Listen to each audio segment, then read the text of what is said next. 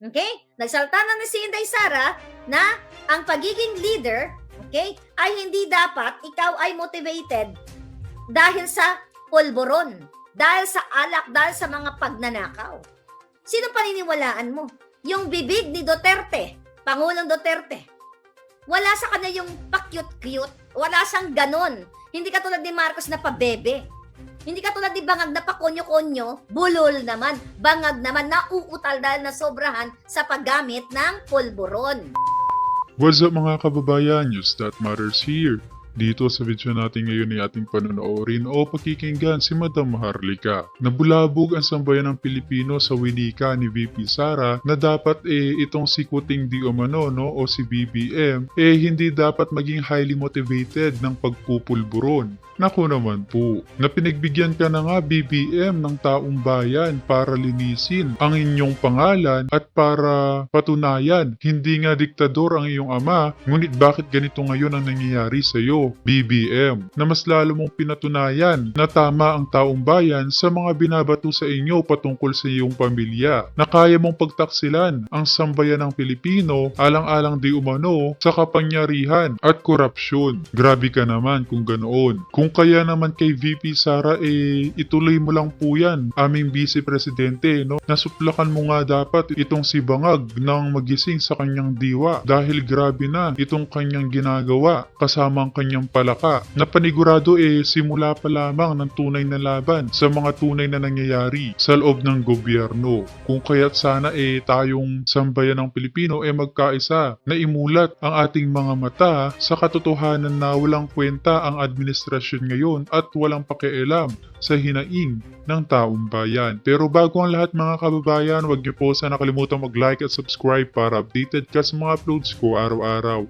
At yun na nga mga kababayan, ngayon na alam nila na hindi na sila ibubotong muli ng sambayan ng Pilipino, itong mga Marcos Romualdez at mga ilang buhaya dyan sa loob ng Malacanang, gumagawa naman sila ngayon ng hakbang na ipasa itong charter change, na gusto nila manatili talaga sila sa kapangyarihan o posisyon sa loob ng Malacanang. Naku naman po, sana wag nating pahintulutang mangyari ito at magkaisa na tayo mga kababayan na ipaglaban natin ang ating karapatan at huwag pasisindak sa mga buhayang nauupo ngayon. Dahil baka sa huli tayo pa ang magsisi. Kung kaya naman hindi ko na patatagalin pa, heto na ang buong video. Inday, di ba? Si Inday, pero for sure siya ang mananalo. Doon mo makikita na hindi greedy ang Duterte. Tandaan ninyo, 2022, nasa power si Pangulong Duterte. Kung gusto niyang mandaya, siya na ang nakipagsabuatan sa Smartmatic. Kaya niya lahat kung siya ay makapal ang mukha at greedy, inupo niya yung kanyang anak at nahawak niya ang resources ng bayan. Hawak niya ang budget, pwede niyang manipulahin. Pero ano ang sabi ni Pangulong Duterte? Pagkatapos ng term niya, ay aalis na siya, uwi na siya ng Davao. Sabi nga ni Doc Lorraine, March pa lang, di ba? Ay nagliligpit na si Pangulong Duterte, yung kanyang mga belongings, mga gamit ay inuuwi na sa Davao. So ibig sabihin, wala siyang balak magstay in power. Hindi katulad nitong mga bangag na ito na nakadalawang taon pa lang ay pinoprograma na nila, pinupundohan na nila yung charter change na gusto nila para manatili sa pwesto. Nakita nyo? Kaya tama lang na magsalta na si Inday at we have to support Inday Sara kung ano man, nabanggit niya na yung maisog. Okay, nasabi niya ang mga maisog, ito yung mga dito ay mga regular na mga Filipinos na gusto ng pagbabago, na gusto na tama na dito, enough na sa pulboronic issue na ito. Diba? So ngayon mga palangga, ano ang expect natin dito? Expect pa natin kung ito ba si Amy Marcos na BFF ni Inday ay magsasalita din laban sa kanyang kapatid. Kasi nagsalta na si Inday Sara Okay? Nagsalta na si Inday Sara na ang pagiging leader, okay, ay hindi dapat ikaw ay motivated dahil sa pulburon, dahil sa alak, dahil sa mga pagnanakaw. Tama. Diba? We'll see. Sige, hayaan na muna natin si Amy Marcos kung anong mga drama-drama niya. So ngayon, mga palangga, bakit kailangan niyong kumilos? Kaya nga galit na galit tong mga trolls dito sa winika ni VP Sara mga kababayan. Pinatamaan ba naman ang amo nila na motivated by pulburon di umano? Grabe iyak nila Talagang dinumog itong si VP Sara mga kababayan. Bakit hindi? Yung mga injustice na ginagawa ngayon, tama ba? Sandra Gombok ng Maisog Canada Palangga, thank you. Yung nilulusob ngayon nila, yung KOJC, yung mga kawawang mga kababayan natin, they are Filipinos. Kaya nga sabi ko dito sa mga religious group, kayo lahat, mga different sectors, jeepney drivers, tricycle drivers, magtitinda, kung ano man, teachers, doctors, whoever you are, na Pilipino. Pababayaan nyo na lang ba dahil sila ay hindi nyo kasama sa church? Yung injustice, yung panggigipit, pangsisikil, panghaharas, paglabag sa batas ng mga uyawang pulis na ito na tututukan ang ating mga kabataan, ang ating mga nanay, tatay doon na nagdadasal sila. Ipagpalagay na natin, okay? I-convict na natin si Pastor Kibuloy dahil yun ang gusto nila eh. Na-convicted na, ito, ganyan. Gumawa na. Di ba? Kinonvict na nila sa sa mainstream media. Okay, pero itong mga libo-libo o milyong mga nasa congregation, okay? Mga parishioners, ang tawag sa kanila, mga KOJC members, okay? Sila ba ay may kasalanan? Ang kasalanan ba ni Pastor Kibuloy, kung meron man siya kasalanan? Kaya sabi ko, convict na natin. Dahil ang gusto nila, kasalanan ba ng mga members? Di ba? Kaya nga, di ba, pinagbigyan ninyo na ang kasalanan ng Marcos Sr. ay hindi kasalanan ng anak. Di ba, ganyan yung narrative ng iba. Okay? Na sumuporta kay Bangag. Pagbigyan natin, dahil ang kasalanan ni Marcos Sr. ay hindi kasalanan ni Marcos Jr. Yung pala, mas malala ang buwaka ng Genemes na Bangag na ito. So, ang kasalanan ni Pastor Kibuloy, kung meron man, ay hindi kasalanan ng mga members niya. At walang karapatan ang mga pulis na tiwali o baka, sabi nga ni Cathy, baka yun ay mga galing sa presohan at pinasuot lang ng uniforme na walang nameplate para manggipit doon. I'm talking to you, all sectors, lahat ng Pilipino. Kung pinababayaan ninyo, ulit-ulitin, ilang beses yun ang narinig sa vlog ko, pababayaan ninyo na it's okay. Especially the media, na ayaw i-cover yan ng mga yawa na yan. Kung pababayaan ninyo, na nakikita nyo na, ginugurgur na ang kapwa nyo Pilipino. Nilulusob ng walang search warrant. Di ba? Ibig sabihin, kayo ay mga jejimon at wala kayong pakialam, hindi nyo alam kung ano ang ibig sabihin ng hustisya. Dahil ang nasa isip nyo lang, dahil hindi nyo bet, dahil, hindi naman kami miyembro ng KOJC, o maaring ikaw ay ganito ang relihiyon mo, di ba? O may rivalry or whatsoever, o may kompetensya, di ba? Hindi ka kikilos. Kumbaga kahit na ginugurgur na, itong mga grupo na ito, itong buong congregation na ito, hindi ka magsasalita. Kasi hindi mo sila kaanib, ganyan-ganyan. Ganyan kayo. Nakita nyo na ang mga dilawang mga politiko, katulad ni Dilima na pinalaya nila, na sumasayaw, kumakanta, gumigiling sa loob ng bilibid. Department of Justice Secretary during that time. Kumikerengking lumalandi sa loob ng bilibid. DOJ nagpapatupad ng hustisya. Tumitingin sa hustisya ng mamamayang Pilipino. Ano pinalaya? O syempre, gagamitin niya ni Lisa Tanas. Sino paniniwalaan mo? Yung bibig ni Duterte. Okay? Na parang Armalite. Kapag tinira niya ang mga suwail o mga taksil sa bayan natin. Ulitin natin. Pangulong Duterte. Wala sa kanya yung pa-cute-cute. Wala siyang ganon. Hindi katulad ni Marcos na pabebe. Hindi katulad ni Bangag na pakonyo-konyo, bulol naman, Bangag naman, nauutal dahil na sobrahan sa paggamit ng pulburon. Agree ba kayo dun sa winika ni Madam Maharlika, mga kababayan, na mas gusto ng taong bayan itong estilo ni Duterte kaysa sa pagiging pabebe? Ni Kuting, pag-comment niya yung opinion sa ating comment section ng ating mapag-usapan. Diba? Balikan natin na pagtututuliin ni Pangulong Duterte, sinusyutan at iba pang hindi nagbayad ng tax. Katulad ng Dunkin Donuts at iba pa, Mylong at kung ano-ano pang mga kumpanya na yon. 'Di ba? Ano nangyari? Si Pangulong Duterte sa 6 na taon pumunta ba siya dito sa Amerika para mag-kiss ass dito sa aming mga Amerikano? Hindi. Namatay ba kayo? Umano ba yung krimen? Umakyat ba yung krimen katulad ngayon? May mga nadudukot ba na sobrang dami ngayon? Tumataas ang mga pulboronic activities, ang mga nagluluto ng pulburon. Di ba?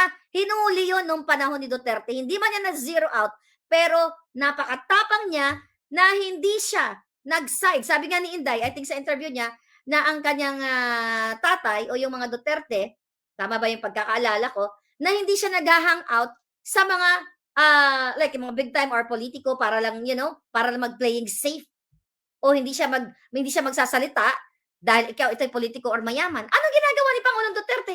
Lusyutan. Bilyonaryo. Ano sabi niya? Pag hindi ka nagbayad ng tax, tutuliin kita. Eh di nagbayad, right away, 6 billion. Mylong, Dunkin Donuts, di ba? Nataranta. Eh panahon ni Marcos, meron ba kayong nakita na nagtapang-tapangan si Marcos? Nahahabulin niya itong mga kumpanya nito? Hindi. Why? Kasi kasabwat na sila. Magkakasabwat na ang mga yawa. Anong pagkakaiba? Kung si Duterte ay kawatan, katulad ng mga Marcos Jr., may nabalita ba kayo?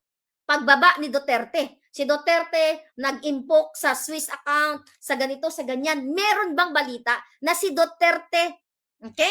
Baka gumawa na si Lisa ng balita ngayon. Baka mag-autos siya ng tao, mag-open kayo dyan, Rodrigo Duterte pangalan, sa ganito, ganyan. Eh magaling yung hinayupak na yan. Pero wala kayong nakita, walang nabalita na si Duterte ay may mga offshore accounts, kundi itong mga tiwali katulad ni Bautista. Katulad itong mga Mga Marcos, huwag tayo lumayo, senior. See that? So yun ang titignan ninyo mga kababayan. Kaya salamat kay Inday Sara na siya ay nagsalita na. Oh, natakot ba si Pangulong Duterte sa Amerika? Inano nga niya, ineklabus niya nga si Obama. Ano nangyari? Pumunta ba siya dito? Hindi nga, di ba? So ibig sabihin, kayang tumayo ng Pilipinas. Hindi mo kailangan maging tuta ng kahit anong bansa. Di ba? Naging tuta ba si Duterte? Hindi. Nasindak nga sa kanya, kaya anong ginagawa sa kanya? Pinag-iinitan siya ng international. Kasi ng mga international traitors, kasi hindi nila akalain na may isang Bisaya na Duterte na magsasalita ng ganyan sa isang mayamang bansa o sa mga mayayamang bansa. Hindi nila kinikeri. So, ginagawa nila ng istorya na ito ay maraming tinegi dahil sa war on drugs na yun. Di ba? Kaya ngayon, ginigipit siya ng ICC. Hindi nila akalain na mayroong isang Duterte na galing sa third world country na kayang murahin ang presidente ng Pilipinas o kayang benggahin. Dahil ayaw niya magpasako. Ayaw niya ng utos-utosan siya. Ayaw niyang maging asong julol. Katulad ni Bangag, katulad ng ibang mga nakaraang presidente. Ngayon, ano gagawin natin ngayon mga kababayan? Todo support na kailangan yung lumabas ng bahay ninyo. Sabi ko, kung pababayaan nyo na lang, na nakikita nyo si Bangag, na dito ay may pulburon, nagnanakaw, nangidnap si Lisa Tanas ng 2 bata, minor de edad. At hinahamon ko nga siya eh. Okay, hinahamon ko, gumawa ka ng aksyon. Ayan si Cathy, sinabi, inabutan mo ng pulburon. Inabutan niya mga kababayan. Pero tahimik ang buwaka ng Genemis ng mga mainstream media, mga julol, na mga kampo ni Judas. Ayaw pansinin na si Marcos Jr. ay pulburonic. Deadma. Ayaw pansinin na ang First Lady ay nangidnap, ginamit ang power ng gobyerno, pinakidnap ang 2 bata mula sa Turkey at nagfabricate ng mga crime. Hindi lang sa akin, kundi kay distressed mother. Tapos tahimik kayo kasi naiinis kayo. Tama lang yan kay Maharlika, di ba? Kasi ang ingay niyan, ganyan-ganyan, anti-government. Anti-government, really, Charlie? Pag sinabi mong anti-government ka, sinisira mo ang gobyerno nang walang kadahilanan. Ako, nire-repair ko ang gobyerno ng Pilipinas, katulad ni Inday, katulad ni Pangulong Duterte. Tsaka hahayaan ba natin mga kababayan na ginagago tayo ng sarili nating gobyerno? Na tayo nga ang dahilan kung bakit naupo ang mga ito tapos hindi sila maglilingkod ng tama sa sambayan ng Pilipino? Ano pang dahilan kung magpapatuloy ang kanilang pag-upo dyan, no? Sa kanilang mga posisyon kung hindi naman sila magiging tapat sa kanilang serbisyo? Na ngayon nakikita naman natin kung gaano kasama ang kanilang mga pinanggagawa. Ni Harry, ni Vic, ni Glenn Chong, dahil kami ay nagsasalita, dahil ang bangag na presidente ay nilulubog kayo. When you say dinidestabilize mo, ang gobyerno ay gumagawa ka ng mga krimen. Sinisira mo not only the government, but buong Pilipinas o buong Pilipino. Sino ang sumisira sa buhay ninyo? Ang presidente niyong bangag na huling-huling may pulburon dito na dapat nakakulong yan kung walang immunity. Si Lisa dapat nakakulong yan. Si Sandro dapat nakakulong yan mga yan. Yung isa pang anak dapat nakakulong yan. Dahil kapag napatunayan, based dun sa mga testimonya ni Cathy Binag, dapat nakakulong yan mga yan. Dapat hindi na makawala yung mga inayupak na yan, di ba? Sino ang destroyer ng bansa? Sino ang nagde-destabilize? Kung nakakaintindi kayo ng ibig sabihin ng paninira o pagdidestabilisa ng gobyerno, ano ang sinira ko? Ako ba ang nagnakaw ng kaban-kaban yung pera? Ako ba ang nakikipagsabwatan diyan sa PCSO ng Kawatan? At sama-sama sila nagiging milyonaryo maya-maya na nananalo sa loto. 433 winners na sana. Kaya ba i-present yan, mga yan? Saan na yung 433 winners? Ako ba ang nagpapanalo ng napaka-imposible na 433 winners? Ako ba ang kumukolekta dyan sa PAGCOR kay Altenco, isa pang Addictus Benedictus, ng 150 million a week? Ako ba ang nakipag-meeting sa Okada executives para magkaroon ng parte o kahati si Lisa Tanas doon sa negosyo ng mga foreign investors? Sila ang destabilizer. Ako ba? Yan ang ibig sabihin ng destabilizer. Sino ang taksil? Ano ninakaw ko sa inyo? Ano ang sinira kong property? Okay? O ano ang binili kong property? Galing sa kaba ng bayan. Sila ang destabilizer. Ngayon, kung kayo ay tahimik lang, di ba? Alam mo, kaya alam niyo mga kababayan, hindi aasenso Pilipinas, mabubulok kayo hanggat kayo ay tahimik, hanggat kayo ay hindi nagsasalita laban sa inyong, ay para sa inyong flag. Kitang-kita nyo na Addictus Benedictus ang presidente nyo. Kitang-kita nyo na arte-arte ni Lisa. Oh, may paiyak-iyak pa doon sa Cebu kasama niya si Wakwak. Ano sabi ng hitad? Ha? Anong kadramahan ang pinagsasabi ng mga to?